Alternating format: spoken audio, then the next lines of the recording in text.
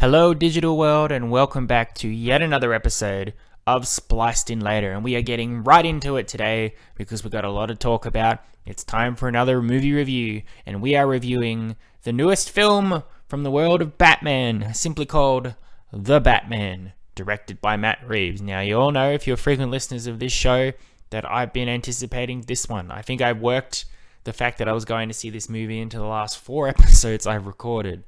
I have high expectations, mainly for the effort that's been put into it, for the different direction and style that you could tell from the trailers, that this wasn't just going to be a Batman movie just to exist as part of the DC extended universe or all that. A real big fan of the director Matt Reeves. I've said often before, but Dawn of the Planet of the Apes is probably one of the greatest movies ever made, and that's a lot in part due to Matt Reeves' direction. So even though this movie clocks in at a hefty 3 hours, I anxiously anticipated sitting down and experiencing this movie as it was meant to be in the movie theaters. What do I think? Well, you can probably tell. I have a lighthearted tone to my voice. I don't seem disappointed, do I? Yes, I really liked The Batman. I thought it was great. Definitely the best movie of the year so far. I know it's only March, and I know I probably say that often, but this is it of the case. And possibly the best Batman movie ever made. Maybe The Dark Knight is better. I'm still deciding on that one, but it's definitely up there for sure. So let's get into it. First off, I just want to say there's probably a lot of listeners out there that are kind of sick of Batman in the same way that they were sick of Spider-Man, and I understand that. I think the Batman and Superman, really, that's all DC has really focused on over the years in terms of franchise films. There's been a few here or there. I know DC is still struggling to get its Marvel Cinematic Universe equivalent out there, and every now and then you'll still get a movie that says, oh, it's part of that world with Batman and Superman and Wonder Woman.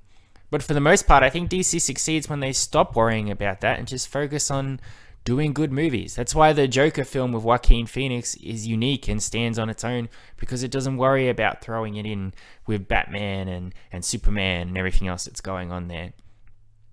Furthermore, though, The Batman has had the most film adaptations, I think, of the DC side. Anyway, you had, obviously, a movie based on Adam West's TV show, had a couple of films with Michael Keaton and directed by Tim Burton, one with Val Kilmer, one with George Clooney, a trilogy with Christian Bale, and then Ben Affleck playing alongside Superman and the Suicide Squad in most recent viewings. So you might be like, okay, I've seen enough of Batman, I get it, I understand.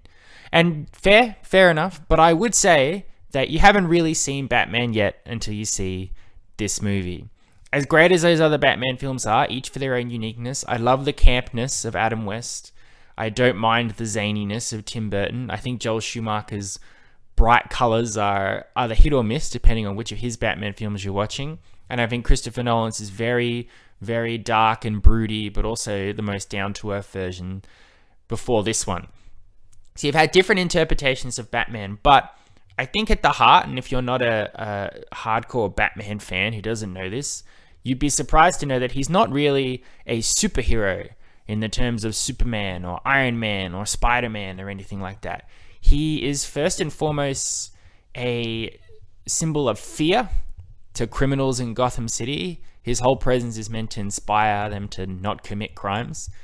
But also that he is a detective. A lot of the times he doesn't stop the crimes that have been committed. He has to go to the crime scenes, he has to pick up the information, and he has to use his detective skills to figure out which psychopath has done the killing. That's why DC Comics is known as Detective Comics, because that's what Batman was. He was the world's greatest detective. Move over Sherlock Holmes, Batman's the best that there is. And in most adventures he's on, he spends a lot of time chasing after the people. And what's more interesting as well is that the best part about Batman has always been his psyche, his what is it that drives him to dress up as a bat? Where does Bruce Wayne start and Batman end? And is he having a positive or negative impact on Gotham City by being Batman? He'd like to think so, and he probably is in some cases. But it's only when Batman arrives on the scene that normal criminals and mafiosos start to be replaced by over-the-top psychopathic supervillains like Joker and Riddler and Two-Face and all of them. So there's a lot there to unpack. Batman himself is the most film noir superhero type. And this is the most realistic, down-to-earth version of Batman we get that's very much updated for present times and how killers and serial killers interacted, but is also the most faithful to Batman's origins, his early years as Batman, who he was, how he was more focused on solving crimes and inspiring fear than inspiring hope, and all of that going on there. So it is a new take. Do not expect to go into this film as going to be lots of action scenes. There are some here or there, and there's definitely a big climactic fight of sorts in the final acts of the film. But for the most part, it's going from point A to point B, picking up information, solving riddles, surveying horribly mutilated corpses, trying to figure out who's connected to who's betrayed who's in too deep, who's a dirty cop, who's a good cop, and whether Batman will get any sort of sleep as he's constantly trying to catch up with the Riddler's nefarious plots.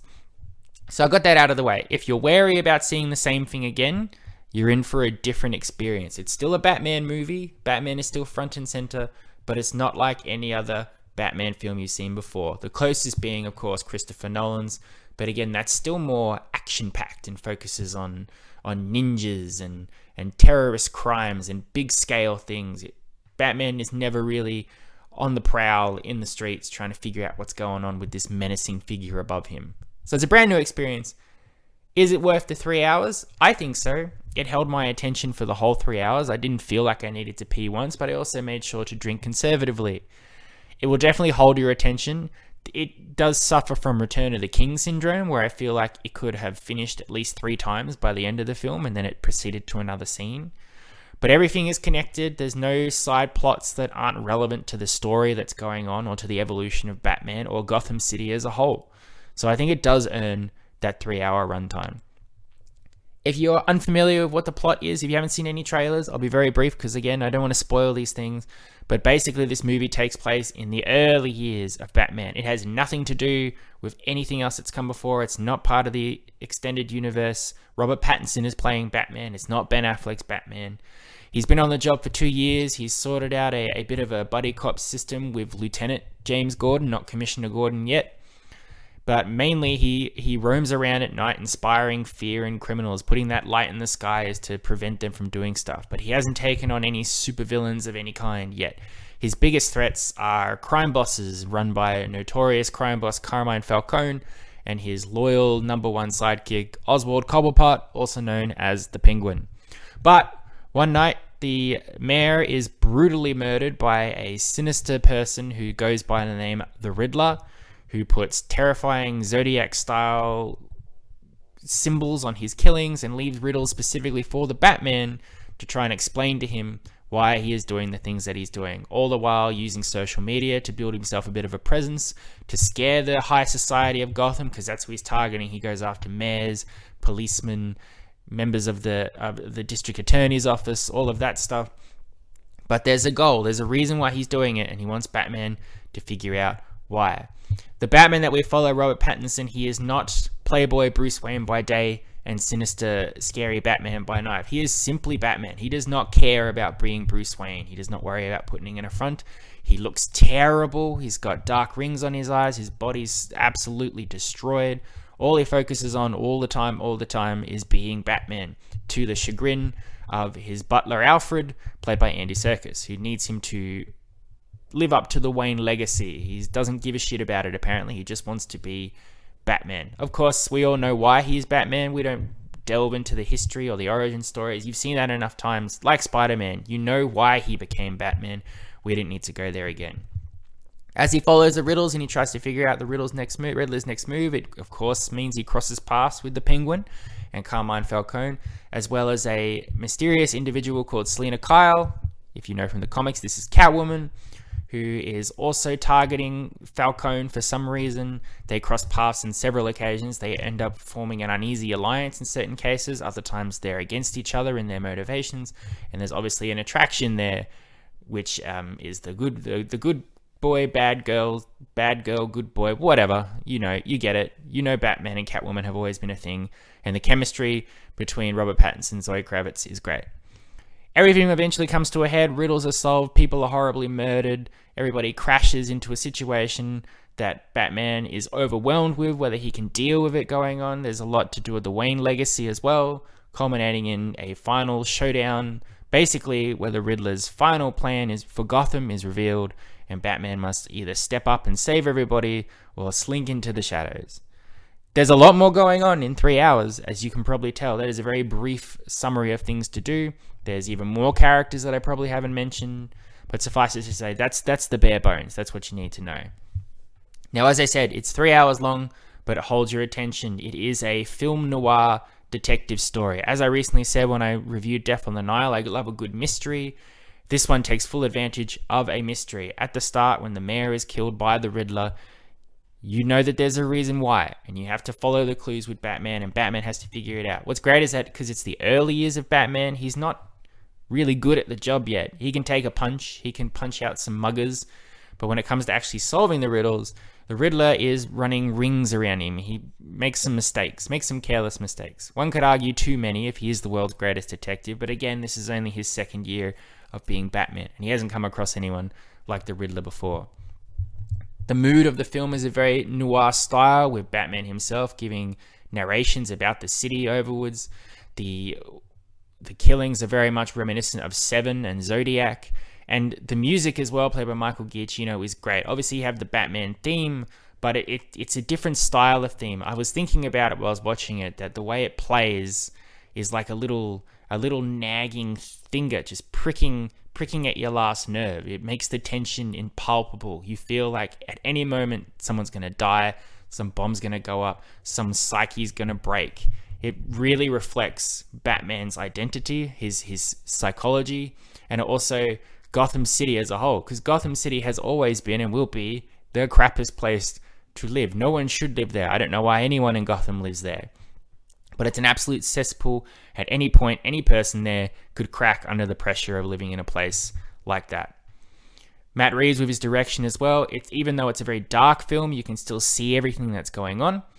And he really does a good job of building tension in certain We've got 3 separate storylines, maybe 4, that eventually intersect at the end. But it never feels like you've strayed away from one storyline too long. It weaves back and forth very seamlessly, which is great. I think Matt Reeves is great at storytelling visually, as well as all of that stuff there, which is great. In terms of the acting, I know the biggest hot topic is Robert Pattinson a good Batman? Yes, he is. I can't say he's a good Bruce Wayne because he doesn't do Bruce Wayne in this film. He's very much just the Batman first and foremost. But he is very good at playing a young, new to the job Batman. Someone who's inexperienced, someone who's just this weirdo kid who just wants to do this one thing and isn't really thinking it through or how to do it and all that. And I think he's great. He's not the best performance in the film. I think that would go to Paul Dano's Riddler. He is terrifying. He could be, next to Heath Ledger's Joker, one of the greatest villains to ever be portrayed in a Batman movie.